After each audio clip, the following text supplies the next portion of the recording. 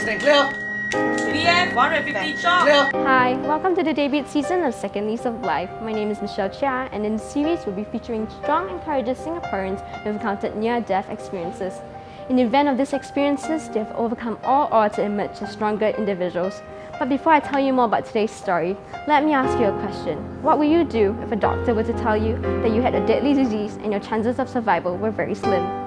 What would you do? Check for pulse.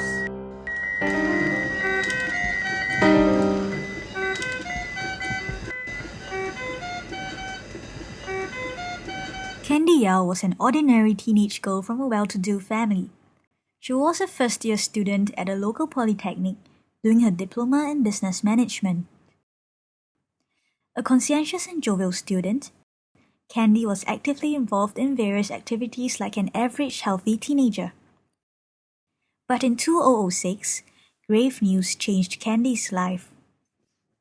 When I first found out about Candy's condition, me and my friends were actually quite shocked because she used to be a very healthy, bubbly girl. And then when we found out that she had leukemia, we couldn't believe it lah. And then most of us cried. We were very, very sad.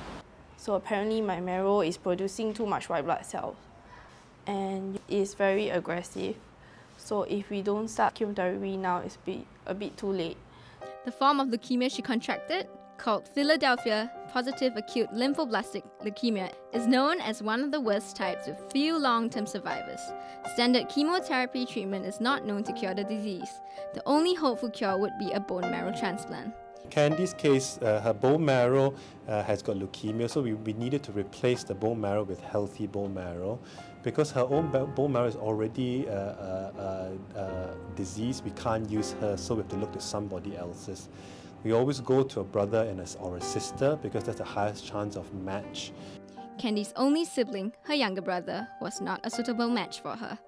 The worldwide search for unrelated adult donors was also not fruitful.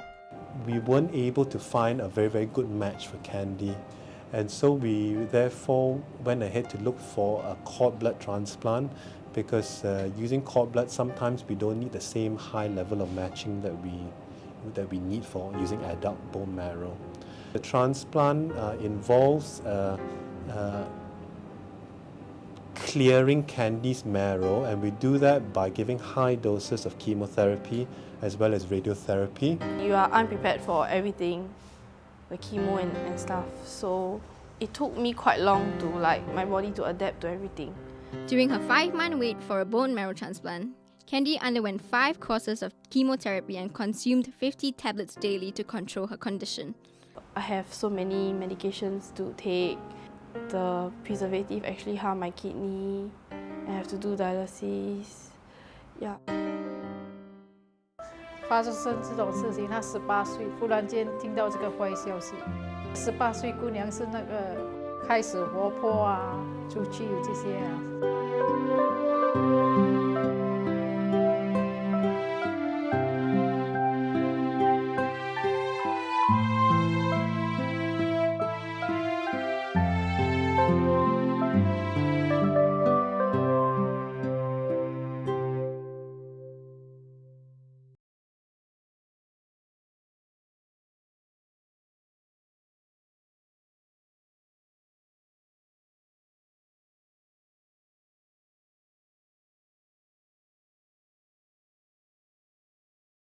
You don't really know what sort of process it will be like, and things happen one after another. During the process, they actually put that tube here, then the big tubes of blood go around the machine.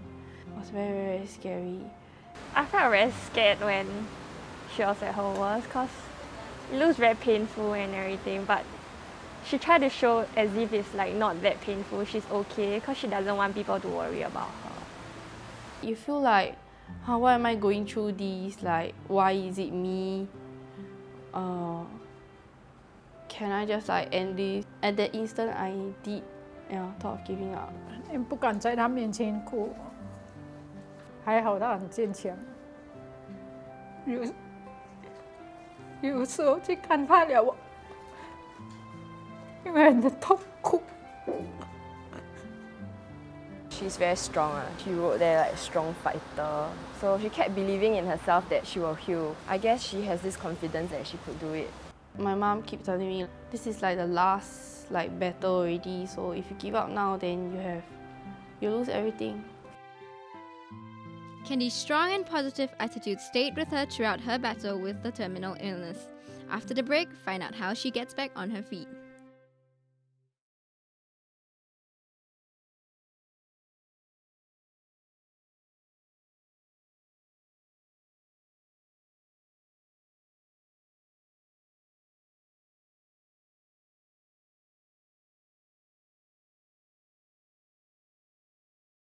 Welcome back to Second Lease of Life. A novel stem cell transplant has enabled 19-year-old Candy to get a new lease of life. Diagnosed with a very aggressive form of acute leukemia 2 years ago, Candy Yao had little hope of finding a cure.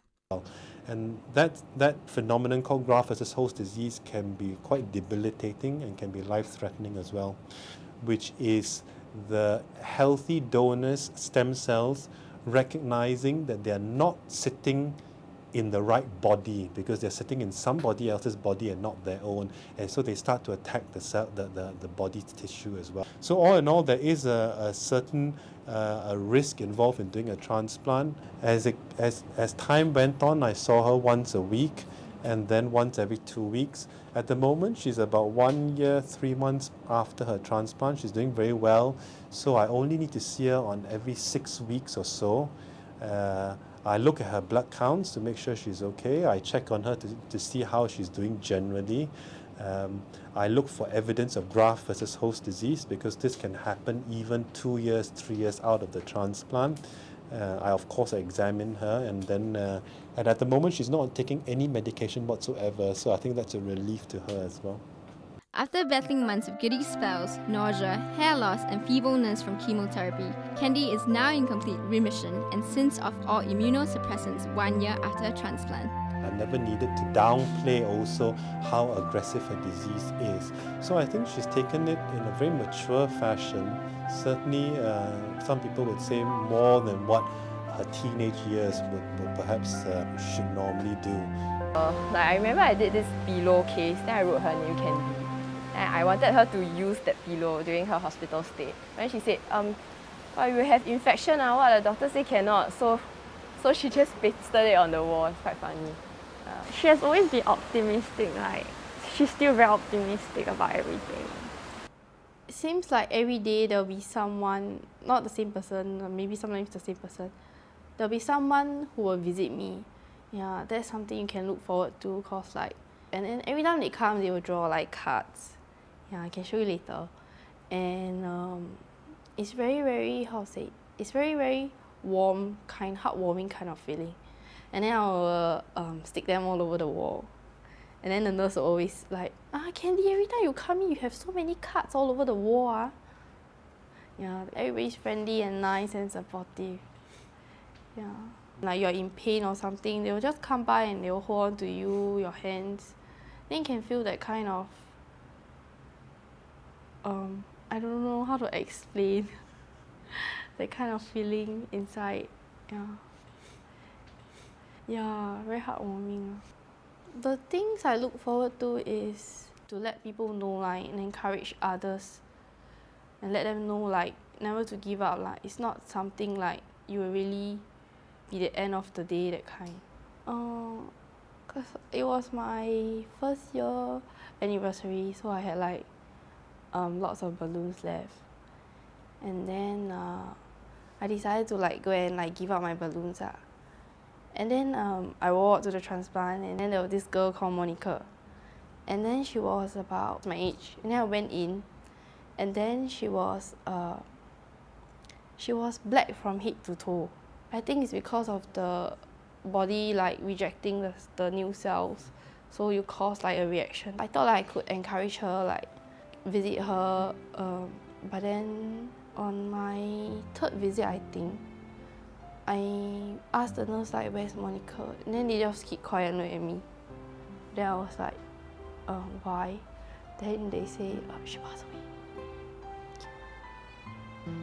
As in, you're at the age of 18, 19, and you have to see someone like of your age die, it's very, how to say, the feeling is very different. Yeah.